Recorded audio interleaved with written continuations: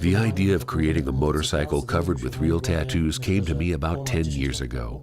I'm tattooed myself, and I think people have tattoos in order to express their character, just as they paint their motorcycles in a way fitting to who they are and what they like. Some people like skulls, others like flames, and they show that through their bikes.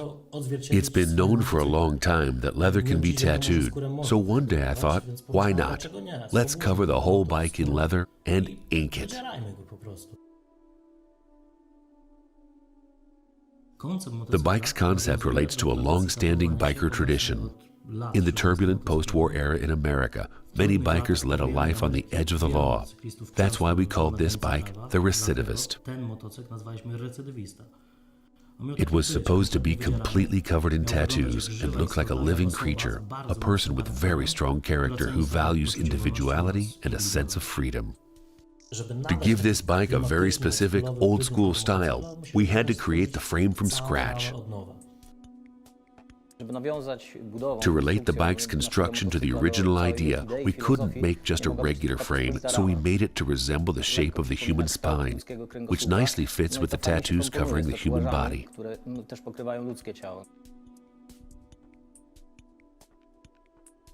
All these things then had to be fit into the design of the fuel tank. The challenge was to have a modern fuel injection engine with a computer, but have it still look like an old-school bike with a carburetor. We had to find a way to hide all the electronics, cables, computer, fuel pump, and everything else.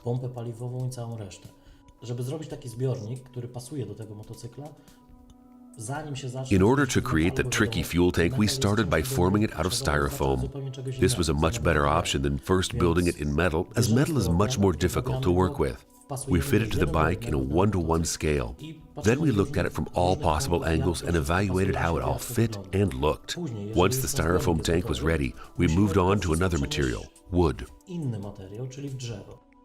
With wood, we could create a form that could be put into the final steel rendition. So we cut the styrofoam into small pieces, replicated the shapes in wood, polished it all up, and made one side of a fuel tank, then mirrored that, which eventually gave us the completed tank. One part of the tank is for fuel, while the other part is where we installed all the electronics, maintaining the overall look of a traditional fuel tank.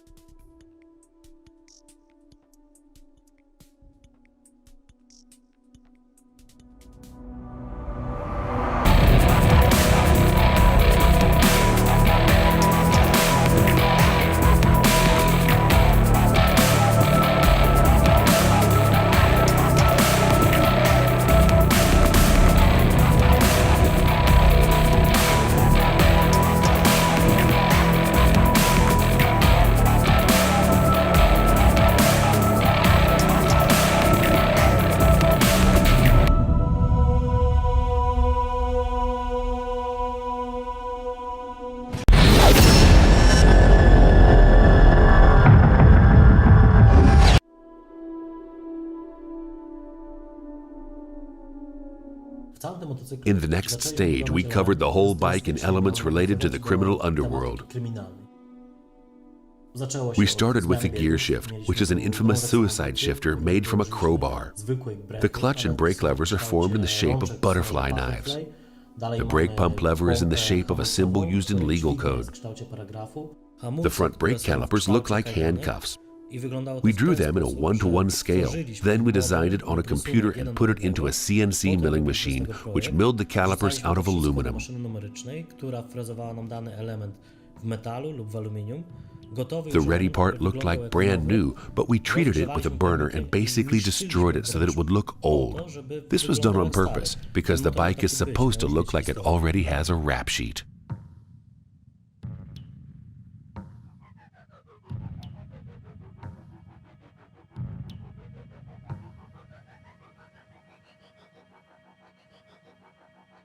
The bike's front suspension looks like a traditional old-school coil tattoo machine. We didn't want to cover it with anything, so we took two pistons and wrapped them with copper wire, imitating coils from a traditional machine.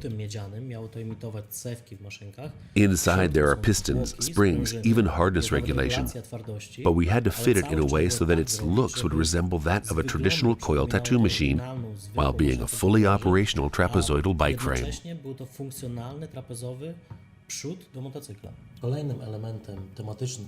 Other themed elements of this bike are the knuckle duster, which functions as the rear lamp, and the Kickstarter, which is in the shape of a bomb detonator. The icing on the cake is the exhaust pipe, which not only looks exactly like a Cheyenne brand tattoo machine, but also works the same way.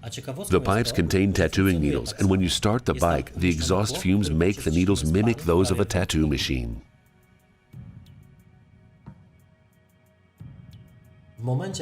When we started covering the bike with leather, I realized just how large an area I'd have to tattoo.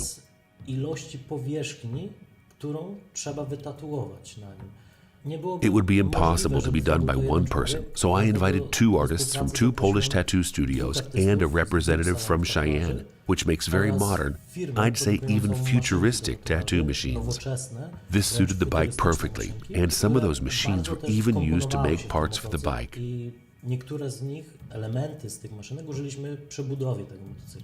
When we heard about the idea of building a motorcycle that should combine the two worlds of tattooing and biking, we were directly interested in this project. And the fact that the bike will get tattoos on its leather skin made it perfect for us.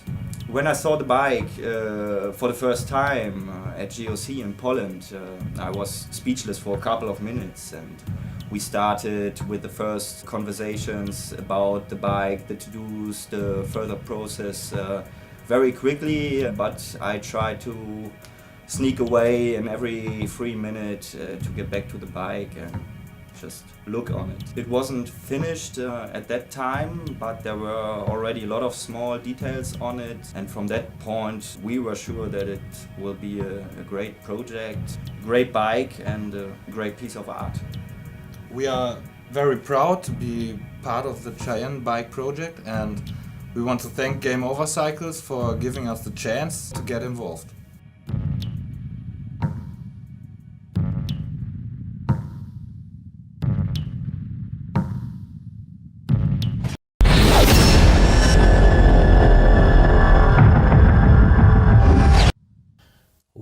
In total, to build this bike, it took over 3,000 man-hours, and the tattooing itself lasted over 250 hours.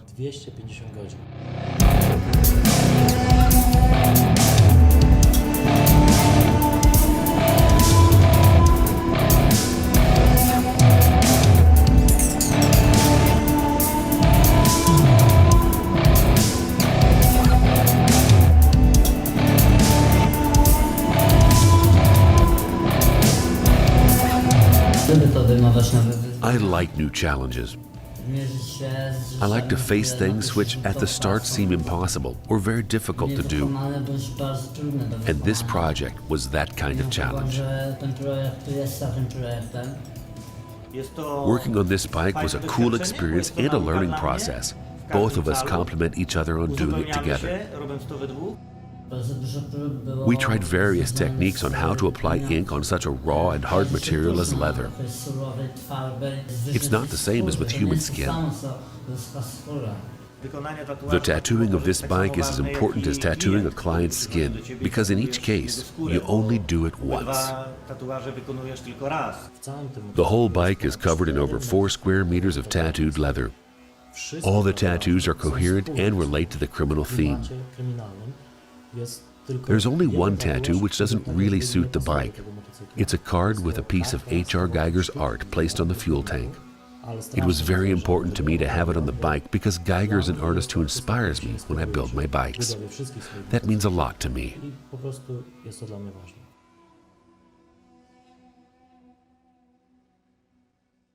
To stress the bike's uniqueness even more, we chose the prestigious tattoo convention in London as the location for its unveiling.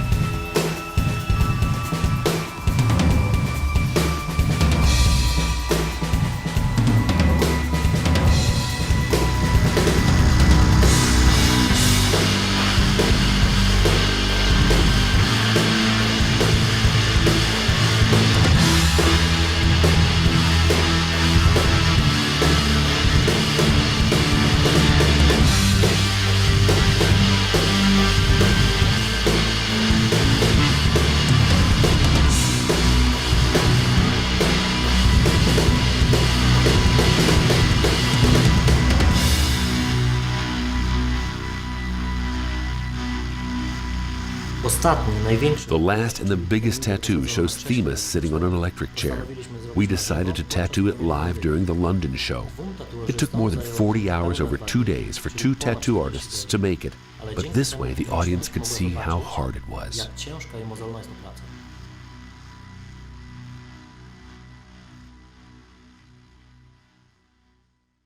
I'll tell a few words about the bike, but I think it would be the best to do it when you actually see it, so if I can ask Sasha and the guys to uncover it.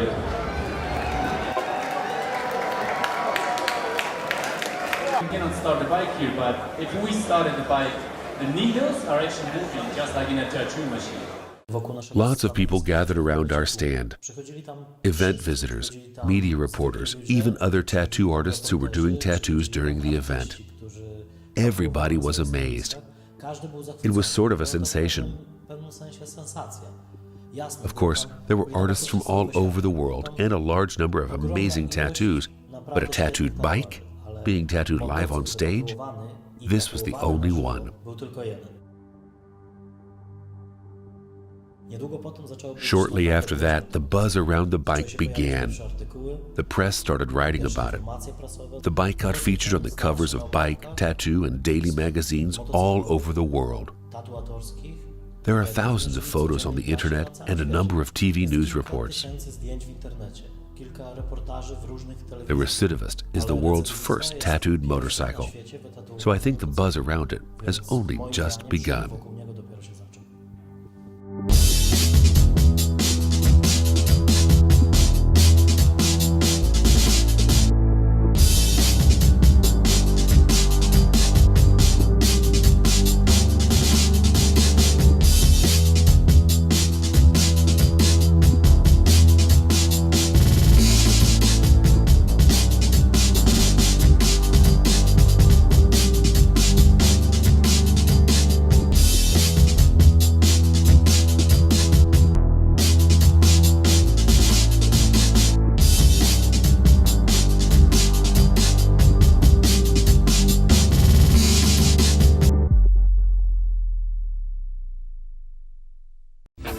Born to Ride is brought to you in part by 866 Law Friend. Ride safe, ride smart. Offices in Palm Harbor. Born to Ride.